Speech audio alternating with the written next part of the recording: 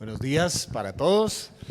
Bienvenidos al Apocalipsis. Ay, y yo sé que para algunos es como, Dios mío, porque el Apocalipsis, seamos honestos, es estas palabras y esos libros que nos suenan aterradores de las Biblias, ¿sí o no? Uno lee esa palabra y dice, ¿se acabó esto? ¿Qué le reveló el Señor a Miguel? Y quiero pedirles que confíen en mí y yo voy a confiar en ustedes, ¿está bien?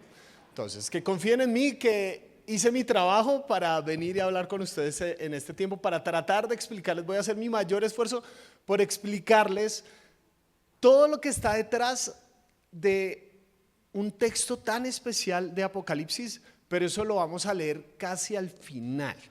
Entonces, lo que yo quiero hacer es como tratar de pintar el cuadro para que cuando lo leamos al final digamos, ah, era esto, listo, voy a hacer mi esfuerzo por eso. Pero también vamos a leer Biblia. Y como sé que la gran mayoría ya no usa estas cosas tan viejas de una Biblia física, por favor, es muy probable que tengan que abrir su celular.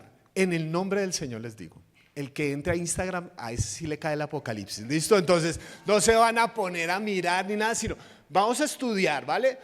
Si alguno toma notas, bien sea en el celular o a mano, muy importante que le ponga atención a los detalles. ¿Listo? ¿Suena como un plan? Bueno, es mi plan, ustedes verán. Listo, entonces, un buen lugar para empezar Apocalipsis es el libro de Daniel, capítulo 7. ¿Listo?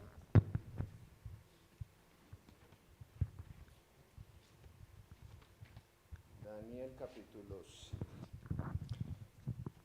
Entonces, nos acordamos de Daniel principalmente por el foso de los leones y no mucho más, pero la verdad es que la mitad del libro de Daniel es una visión apocalíptica que él tuvo. Entonces, muy importante aquí el tema de los símbolos, ¿va? ¿Ya aprendieron sus Biblias? Listo. Daniel, capítulo 7. Vamos a leer los versículos 7 y 8. Daniel está teniendo una visión donde ve 4 bestias. Y esta es la descripción de la cuarta bestia.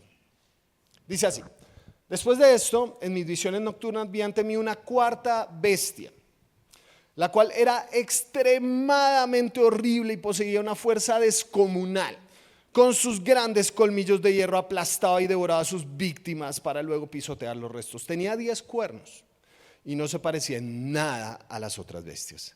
Mientras me fijaba en los cuernos, vi surgir entre ellos otro cuerno más pequeño. Por causa de esto fueron arrancados 3 de los primeros. El cuerno pequeño parecía tener ojos humanos y una boca que profería insolencias, más exactamente, blasfemias. Muy bien, entonces uno pone visiones de Daniel en Google. ¿Y qué le aparece en Google? Entonces uno se imagina que le va a salir un oso gigante al final de la historia y nos va a acabar a todos. Esa era mi visión de cómo terminaba la historia, ¿sí o no? Porque describe una cuarta bestia y esa cuarta bestia tiene cuernos y hierro. Entonces, vean, eso es lo que dice Google. Y uno dice, ¿cómo así? La pregunta más profunda que yo tenía es, ¿qué se fumó Daniel? Porque, ¿qué es esto? ¿Qué significa? Esto es importantísimo. ¿Son cuántas bestias? 4. En esa época se ilustraba a los imperios a través de bestias y animales. Este orden es muy importante. Primero Babilonia, después Medo-Persa, después ¿historia? ¿Qué sigue? A ver, Imperio Babilónico, después Medo-Persa, después Grecia y después Roma. ¿Nos acordamos de los 4 órdenes de estos imperios? Primero, babilónico; segundo, medo-persa; tercero, griego; y el cuarto, romano. Y de hecho ilustraban, ven que tenían estas alas, ojos, cuernos. Podemos poner la siguiente, por favor. Entonces, en esa época se empezaron a levantar esculturas que tenían que ver con animales representativos del imperio que tenían. Entonces, por ejemplo, aquí vemos un carnero. Si ven a los lados, ven esas rayas, ¿sí? Que empiezan a representar las alas, las cuales se ven más claramente. El siguiente, por favor. como en esto, si ven, un león, un animal poderoso, y ven las alas. ¿Por qué las alas? Porque las personas creían, las divinidades, ¿dónde están? En el cielo, entonces respaldan nuestro imperio. ¿Eso qué quiere decir? Que somos poderosos, somos fuertes, pero además de eso tenemos el respaldo de los dioses. Siguiente, por favor. Entonces ya se empiezan también a combinar, ¿sí ven? Entonces combinan animal. Si ven que la figura es como de un ser humano, entonces no era extraño para esa época que se empezaran a combinar figuras antropomórficas, seres humanos, pero también tuvieran formas de animales. ¿Y qué es eso de los ojos? Tan raro, ¿no? Porque se imagina uno y entonces ustedes buscan, ¿qué son los ojos? Y entonces ven unas cosas así, que los ángeles fueran como un ojo gigante y cosas por el estilo. Siguiente, por favor. Y una más, dale. Esto es del Imperio Asirio, súper importante, está en un museo, si no estoy mal, creo que en el Museo del Louvre. Es una figura muy alta, se dan cuenta de lo que hemos hablado. Figura de un animal, en este caso un carnero, si ven que tiene como alas a los lados, ¿sí? El respaldo divino, pero se dan cuenta en la barba, toda esta forma de las barbas, se dan cuenta que parecen ojos pequeños. ¿Por qué? Lo que pasa es que los saquearon después, pero ahí se incrustaban piedras preciosas. Entonces, tú llegas a la capital del imperio, ves estas esculturas gigantes que son representativas del imperio, pero además de eso, en esos ojos ves piedras preciosas incrustadas. ¿Qué representaba entonces? Las alas representaban el poder divino que los está respaldando. Los ojos representaban la gloria de ese imperio. ¿Vamos bien hasta ahí? Y entonces, ¿qué son los cuernos? Pues los cuernos son eso. en una época agrícola como esta, ¿cómo luchaban los carneros por un territorio? Con los cuernos. Mientras más grandes los cuernos, mejor, del carnero. Bueno, algunos entienden el chiste después. Mientras más grandes los cuernos, mejor. ¿Por qué? Porque el cuerno es símbolo de poder, de fuerza. El carnero que gana el territorio es el más poderoso. Entonces, 4 bestias que representan a 4 imperios, los cuales son babilonio, medo-persa, griego y romano. Y la 4ª bestia tiene 10 cuernos. El cuerno es símbolo de poder, pero sale un 11º cuerno. Siguiente, por favor. Daniel, capítulo 7, versículos 23 al 25. Esta fue la explicación que me dio el venerable anciano. La 4ª bestia es un 4º reino que surgirá en este mundo. Será diferente a los otros reinos. Devorará y aplastará toda la tierra. La aplastará y la pisoteará. Los 10 cuernos son 10 reyes que saldrán de este reino. Otro rey les sucederá distinto a los anteriores, el cual derrocará a 3 reyes. Hablará en contra del Altísimo y oprimirá a sus santos. Tratará de cambiar las festividades y también las leyes, y los santos quedarán bajo su poder durante 3 años y medio. ¿El 4º imperio cuál era? El romano. Aquí tiene una lista de los primeros 10 emperadores, primeros 11 emperadores romanos. Nombres importantes, recordamos Augusto, César, que dicen que cuando Tiberio, su hijo, ascendió al trono después de la muerte de Augusto César, apareció un cometa en el cielo y entonces él dijo: ese es mi padre que ascendió a los cielos, mi padre es Dios, por lo tanto Tiberio es el hijo de Dios. Normal, ¿no? Entonces, bueno, siguen ahí, recordamos a Nerón, por ejemplo, que fue uno de los primeros que empezó a perseguir mucho a los cristianos, y seguimos bajando a llegar hasta Vespasiano, que era conocido como la bestia. Bueno, y si cuentan hasta ahí, irían 10 hasta Tito y el 11º Domiciano. Un tipo malo, malísimo. Eso era una combinación entre Putin, Trump y Petro. Es una vaina loca, ¿me entienden?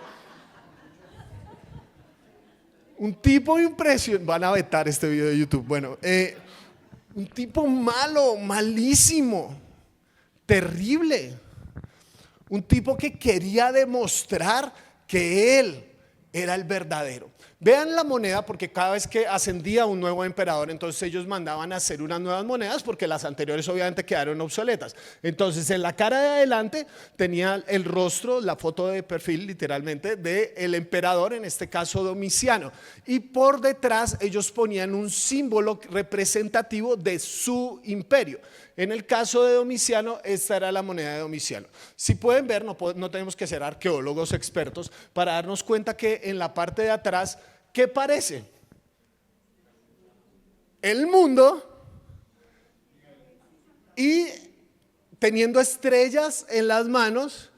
¿Quién está sentado encima del mundo? Él. Él consideraba que era rey sobre todo el planeta, sobre todas las cosas existentes. De hecho, él empezó o volvió a tomar casi como si fuera un profeta de lo que hizo su papá Vespasiano. ¿Han escuchado eso de la bestia, el profeta y todo eso? Okay. Casi como si fuera un profeta de su papá, él volvió a levantar el culto al emperador. Entonces, ¿qué significaba eso? Cuando la gente llegaba al ágora, el ágora, que en ese momento era el mercado, el lugar donde se hacía la vida pública, entonces las personas allá vendían y compraban bienes, comida, vegetales, legumbres, ropa. Pero entonces en la entrada del ágora, de todos los ágoras de las ciudades principales, Domiciano puso una estatua de él mismo. Y la gente, antes de entrar, tenía que ofrecer su adoración a Domiciano, levantando inciensos, cantos o los más extremos, sacrificios. Eso no era un problema para muchas personas, porque en esa época eran politeístas. Entonces decían, pues un Dios más, un Dios menos, ¿qué importa? Porque además de eso, aquellas personas que se postraran y adoraran a Domiciano les ponían una marca que por lo general iba en la frente o en la mano derecha, lo cual les permitía comprar dentro del ágora. Entonces, este tipo estaba obsesionado con la adoración a él. Cada vez que alguien lo traicionaba, él arrasó pueblos enteros con personas que por una u otra razón no lo adoraban como él quería. Él arrasó con pueblos enteros. Muchos de estos pueblos, hay testimonios de gente que crucificaron a la entrada del pueblo y dejaron podrir sus cuerpos a la entrada para que fuera una señal de todo el que se quisiera rebelar contra Domiciano. Él convocaba a su lugar en Roma, convocaba a su mesa a las ciudades principales y a los senadores de las ciudades principales, y en la comida, enfrente de cada uno de ellos ponía una lápida con el nombre de cada uno. Un recordatorio sutil de lo que le podía pasar a uno si se rebelaba contra Domiciano. Y en algún momento Domiciano decidió implementar lo que se conoce como los juegos de Domiciano. Eran unos juegos en su honor. Entonces, siguiente, por favor. Entonces, este es un ejemplo de cómo era en el circo romano, los juegos de Domiciano. Si se dan cuenta, entonces, hay unas columnas de un menor tamaño alrededor del estadio, en este caso, pero hay una columna que está por encima de todas. Ahí Domiciano ponía su trono, ¿sí? Su trono que está sobre todos los otros tronos. Y entonces venían de las 24, para aquellos que están tomando notas, de las 24 provincias principales, ancianos representativos vestidos de blanco, bueno, con coronas de oro e incienso delante de él para adorarlo. A propósito, dentro de los juegos de Domiciano normalmente había gladiadores y entonces mandaban gente a morir, comida por los leones, normal como pasaba en esa época. Y cuando acababan de matar a las personas, pasaban 4 caballos de 4 colores con 4 jinetes alrededor de todo el circo, y al final pasaba una persona con una máscara que se llamaba Hades o Muerte, barriendo a todos los muertos. Este tipo quería toda la adoración para él. De hecho, vean un canto que él exigió que uno de sus poetas compusiera para el juego de Domiciano. Este es para él. Digno eres tú, nuestro Señor y Dios. Digno eres tú de recibir honor y poder y gloria. Digno eres tú, Señor de la tierra, de heredar el reino. Señor de señores, altísimo de las alturas, Señor de la tierra, Dios de todas las cosas, Señor Dios y Salvador por la eternidad. Bueno, él no tenía problemas de autoestima, ¿no?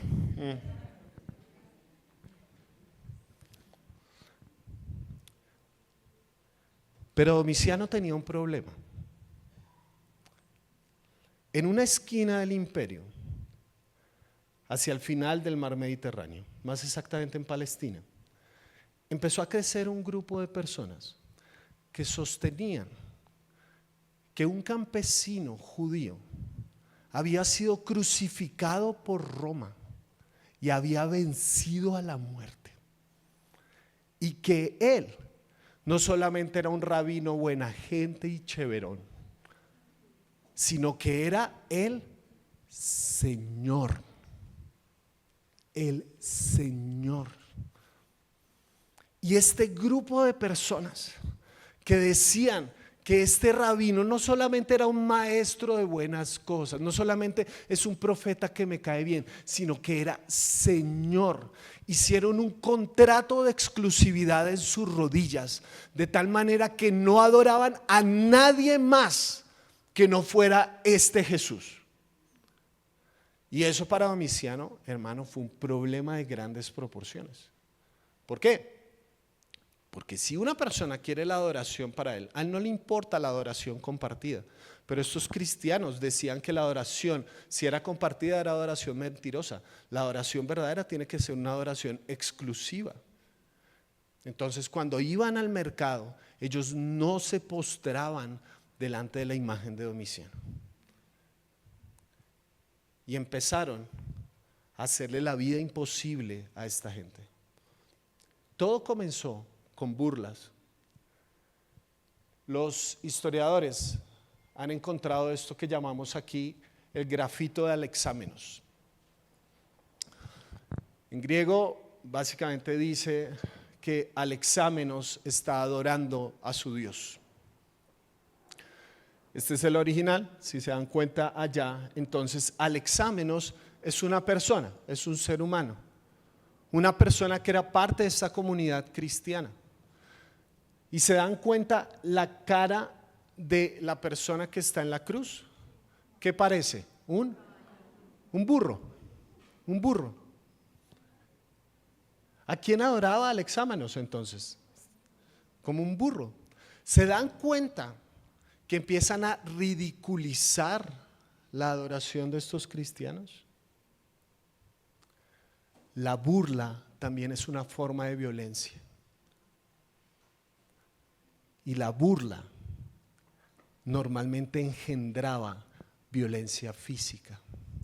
Domiciano empezó a perseguir a estos cristianos, a hacerles la vida imposible.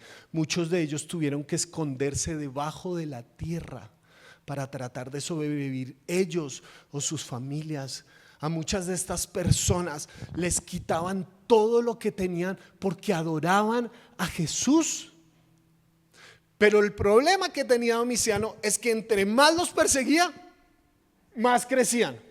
Más gente empezaba a creer en este Jesús. Entonces él dijo: esta estrategia no me está funcionando. Así que fue y habló con uno de sus líderes principales, un pastor que se llamaba Juan. Siempre que haya un Juan es importante la historia, ¿listo? Entonces, un pastor principal de ellos que se llamaba Juan y trató de negociar y decirle, bueno, ¿cuál es el problema si tenemos una adoración compartida? ¿Cuál es el problema si tenemos algo así? Y entonces Juan le recordó que él solo adoraba a Jesús y en lugar de matarlo decidió exiliarlo en una isla que se llama Patmos. Y desde esa isla Juan le escribió una carta a todas las iglesias. Y yo tengo una copia de esa carta. Apocalipsis, capítulo 4. Detalles, espero que no se hayan dormido. Detalles.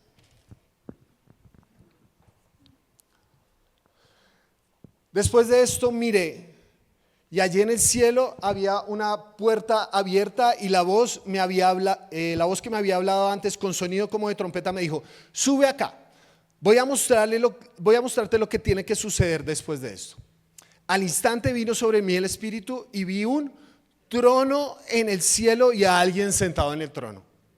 El que estaba sentado tenía un aspecto semejante a una piedra de jaspe y de cornalina. Alrededor del trono había un arco iris que se asemejaba a una esmeralda. Rodeaban al trono otros, ¿cuántos? 24 tronos en los que estaban sentados 24 ancianos vestidos ¿cómo? De blanco y con una corona de oro en la cabeza. Del trono salían relámpagos, estruendos y truenos. Delante del trono ardían 7 antorchas de fuego, que son los 7 espíritus de Dios. Y había algo parecido a un mar de vidrio como de cristal transparente. Y en el centro, alrededor del trono, había 4 seres vivientes cubiertos ¿de qué? De ojos, gloria, por delante y por detrás. El primero de los seres vivientes era semejante a un león, el segundo a un toro, el tercero tenía rostro de hombre y el cuarto se asemejaba a un águila en vuelo. Cada uno de ellos tenía 6 alas y estaba cubierto de ojos por encima y por debajo de las alas. Esperen un momento, ¿sí o no que esta es una de las escrituras más brillantes que existe? ¿O no? Bienvenidos al Apocalipsis. Porque se dan cuenta que uno de los errores que hemos cometido es pensar que el Apocalipsis es una predicción de lo que va a pasar. ¿Sabe qué significa la palabra Apocalipsis? Significa revelación. No revelación de lo que va a pasar, sino de lo que ha sido siempre. Juan le está diciendo a la gente, hey, ¿ustedes piensan que esta es la historia? No, la verdadera historia es esta. Y día y noche repetían sin cesar, santo, santo, santo es el Señor Todopoderoso, el que era y que es y que ha de venir. Cada vez que estos seres vivientes daban gloria, honra y acción de gracias al que estaba sentado en el trono, al que vive por los siglos de los siglos, los 24 ancianos se postraban ante él y adoraban al que vive por los siglos de los siglos y deponían sus coronas. Y usted que pensaba que el punto era ganarse las coronas, ¿no?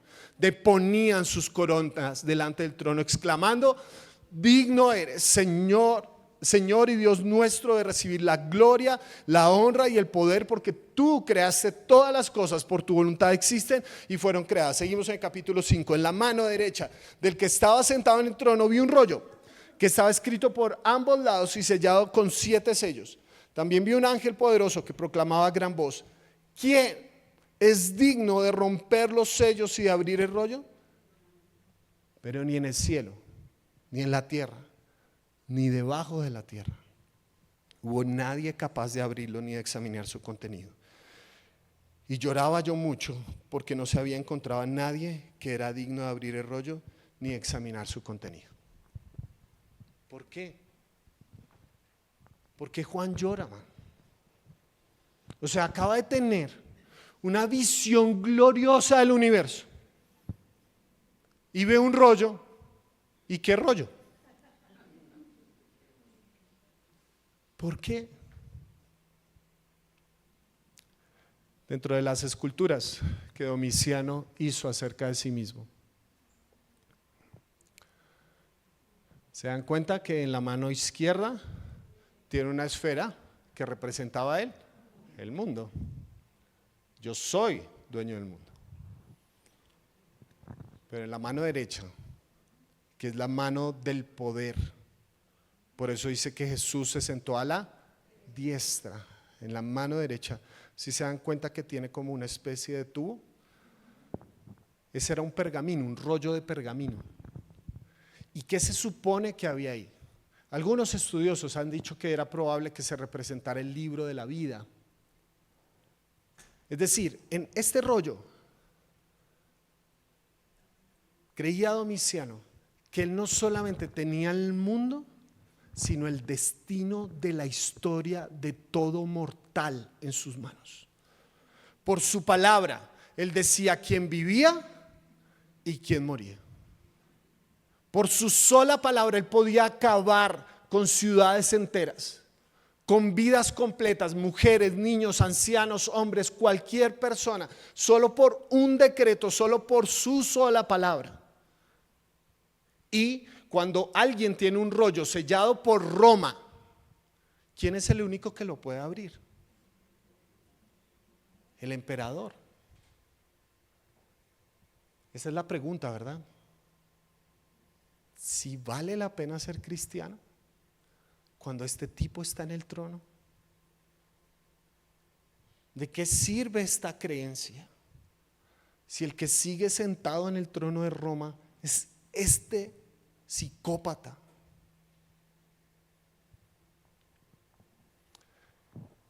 Apocalipsis, capítulo 5, versículos 5 al 11. Uno de los ancianos me dijo: deja de llorar. Ay, parce, maduren. Que ya el león de la tribu de Judá, la raíz de David, ha vencido. Él sí puede abrir el rollo y sus 7 sellos. Entonces vi en medio de los 4 seres vivientes y del trono y de los ancianos a un cordero que estaba de pie y parecía haber sido sacrificado. Tenía 7 cuernos, poder, y 7 ojos, gloria, que son los 7 espíritus de Dios enviados por toda la tierra. Se acercó y recibió el rollo de la mano derecha del que estaba sentado en el trono. Cuando lo tomó, los 4 seres vivientes y los 24 ancianos se postraron delante de ¿quién? Del Cordero. Cada uno tenía un arpa y copas de oro llenas de incienso, que son las oraciones del pueblo de Dios. Y entonaban este nuevo cántico, un nuevo cántico, ya no como el de Domiciano: digno eres de recibir el rollo escrito y de romper sus sellos, porque fuiste sacrificado y con tu sangre compraste para Dios gente de toda raza, lengua, pueblo y nación. De ellos hiciste un solo reino, los hiciste sacerdotes al servicio de nuestro Dios, y reinarán sobre la tierra. Luego miré y oí la voz de muchos ángeles que estaban alrededor del trono, de los seres vivientes y de los ancianos. El número de ellos era millares de millares y millones de millones. Hermanos queridos, díganme si esto no es de las escrituras más esperanzadoras que podría tener una iglesia que estaba siendo asesinada por Domiciano y por sus locuras.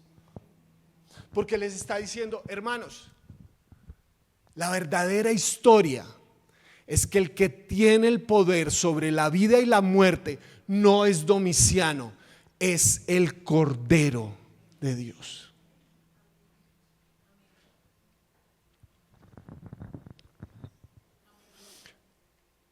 Dos preguntas. La primera: ¿cómo se relaciona esto con la Semana Santa? Porque ustedes están aquí para un sermón de Semana Santa. Y hoy se recuerda en específico la entrada triunfal de Jesús a Jerusalén. ¿Qué cantaba la gente? ¿Qué significa? Sálvanos, sálvanos. ¿Y cómo pensaba la gente que Jesús los iba a salvar? Papá, este man llegó a Jerusalén, se arma y aquí fue. Va a destruir a todo el mundo. Va a acabar con estos romanos que nos tienen tan oprimidos. Va a mejorar la economía, van a subir los bitcoins, ahora sí va a ser.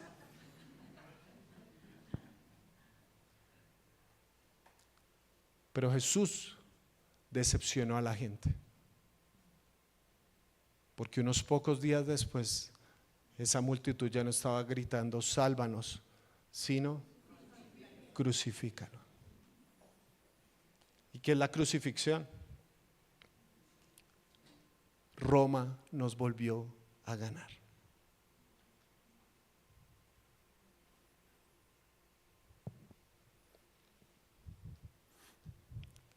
¿Se dieron cuenta que Juan vio primero un león, pero cuando apareció ante sus ojos no era un león? Era un cordero que había sido sacrificado. Es decir, este es un rey que es distinto a los reyes de la tierra. Este rey pierde para ganar.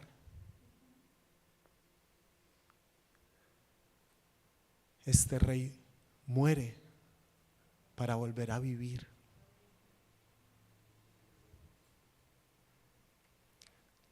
A veces se nos olvida eso y nos acercamos a Jesús. No usamos la palabra rey, y esa es una palabra bastante romántica para nosotros,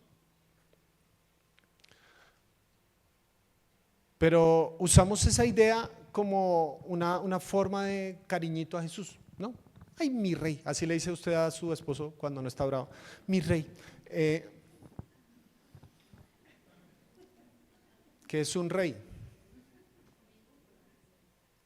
Es un rey, es aquel ante el cual yo doblo mis rodillas.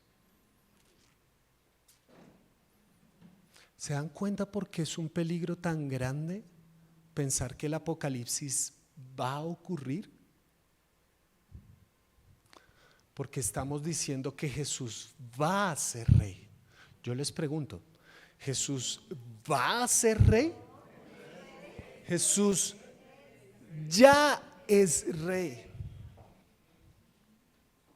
Pero nosotros, como cristianos, a veces vivimos postrados ante otros reyes.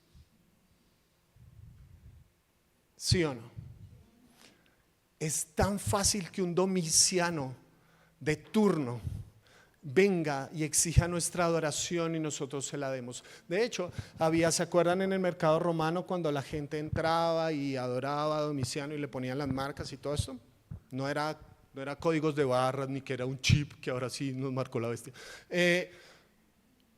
Había un grupo de personas que se llamaban los Nicolaitas, que le decían a los cristianos: eso no es gran cosa, man. Todo el mundo lo hace. Qué boleta que lo tilden a uno de fanático y esas cosas. No, yo quiero ser un cristiano cool. Los Nicolaitas decían: no importa, adórelo, igual Dios lo perdona, eso qué importa. Es tan fácil que algo demande nuestra adoración y nosotros se la entreguemos sin ni siquiera cuestionarlo. Es que así es el mundo. De hecho, cuando estamos entregando nuestra adoración a otra cosa que no es Jesús, empezamos a utilizar a Jesús para obtener aquello que verdaderamente adoramos. Y Jesús es mi rey mientras tengo el trabajo. Jesús es mi rey mientras me salen los negocios. Jesús es mi rey mientras las cosas salen bien. Pero tan pronto como las cosas no salen como yo esperaba, yo me resentí con Dios. Hermano, estamos ante el Rey del universo. No estamos ante un maestro de buenas virtudes. Estamos ante el trono del universo. Y estamos contemplando al que era, el que es y al que ha de venir, al único digno de gloria. Pero su poder no es como los poderes de este mundo.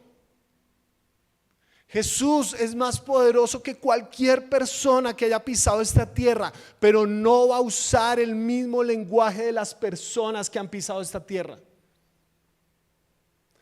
El método del cristianismo no es llegar a los tronos de este mundo, es servir al que está en el trono del universo. Ese es el método del cristianismo.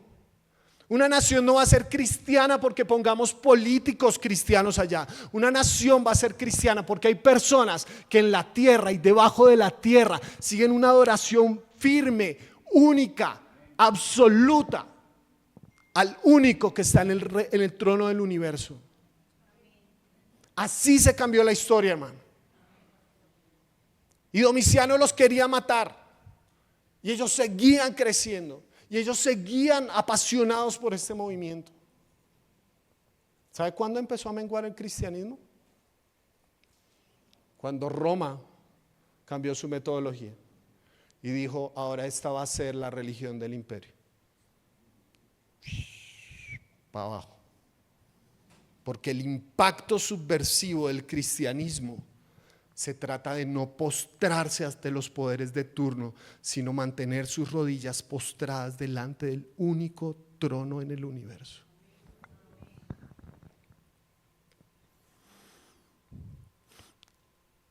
¿Se acuerdan de Alexámenos? La foto que vimos del grafito de Alexámenos, del burro y todo esto. Alexámenos seguramente fue un hermano cristiano. Y yo tengo una pregunta.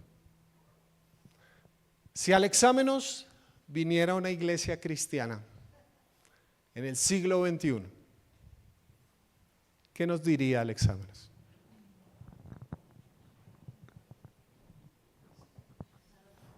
Ustedes se pueden reunir y es legal. Sí, normal. No, entonces ustedes llegan súper a tiempo porque uno que se va a querer perder todo ese espacio de tiempo, algo así. No. Alexámenos, es que tú no conoces el tráfico de nuestra ciudad. Eso es Bueno, no, pero ustedes deben ser una comunidad vibrante. Imagínense, pueden reunirse y hablarle a todo el mundo de Jesús. Es que me da oso. Qué pena, es que yo no quiero que me juzguen. Bueno, pero entonces ustedes deben participar en la comunidad, en las reuniones, porque reunirnos para encontrar al Señor y adorarlo, expresarle nuestra adoración con todo el corazón, escuchar de las palabras de su boca. Es que a veces llueve y eso es tenaz, Alexámenos. Es que mojarse uno y qué tal le dé COVID.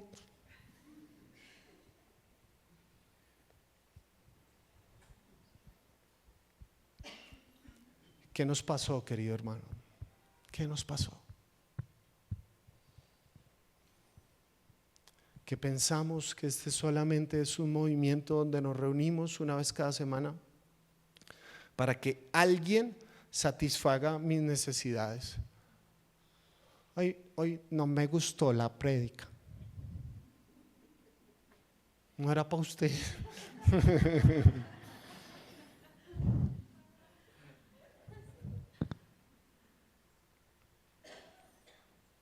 ¿Saben por qué tantas veces sienten que no vale la pena vivir? Porque no han encontrado una razón por la cual estarían dispuestos a morir. Hasta que Jesús no sea el motivo, como lo fue a lo largo de la historia humana, por el cual estaríamos dispuestos a derramar hasta la última gota de nuestra sangre. Esto simplemente va a ser una práctica religiosa chévere para recargarme para la semana. Nosotros hacemos parte del movimiento más subversivo de la historia, que sin disparar una sola arma ha transformado billones de vidas con el mensaje de la esperanza. Gente que solamente entregaba su vida al alcohol, ahora entrega su vida a la misión de Dios. Jovencitas que sacrificaban su vida en el altar de la belleza que exige este mundo, ahora son mujeres hermosas y bellas que le están dando a este mundo algo diferente a lo que este mundo ofrece. Vivimos como parte de un movimiento que trastornó la historia humana. Y eso no es solamente una reunión un domingo por la mañana. Eso es una decisión de vida, de estar postrados delante del trono y decir, ¿sabe qué? El único rey de este mundo, no me importan las decisiones que tomen en el norte o en el oriente o por aquí por abajo, el único rey de todo el universo se llama Jesús de Nazaret. Y ante Él es el único que nosotros nos postramos y adoramos.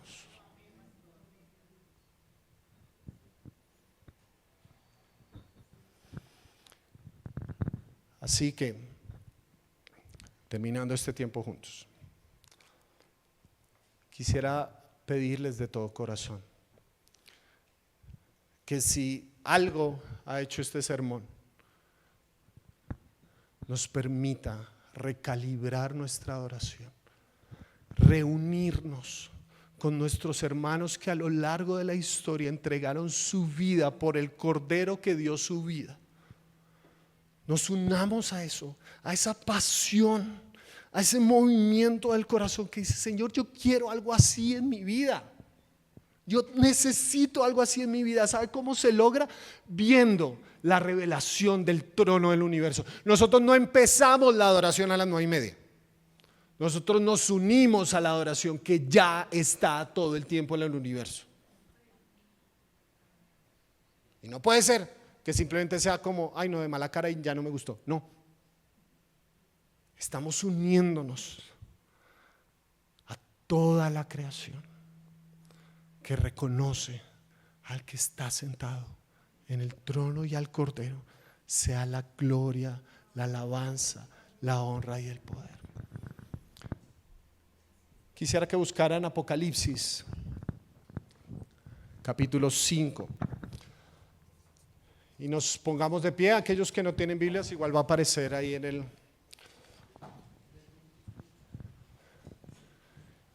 Y vamos a leer juntos Apocalipsis capítulo 5. Nos estamos uniendo a estos hermanos que entregaron su vida.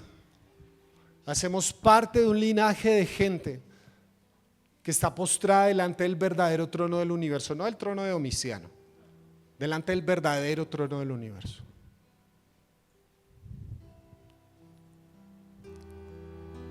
Leamos este canto que ha acompañado a la iglesia desde el principio del tiempo y unámonos en adoración al Señor. Leemos juntos. Cantaban con todas, esas no son todas sus fuerzas. A ver, me he matado durante los anteriores 40 minutos para tratar de dibujarle el trono del universo y no puede ser que usted diga, cantaban con todas sus fuerzas. No. O sea, si estamos aquí, estamos ante el Rey del universo, estamos ante el Dios de toda la creación y no puede ser que todas mis fuerzas sean, cantaban con todas sus fuerzas.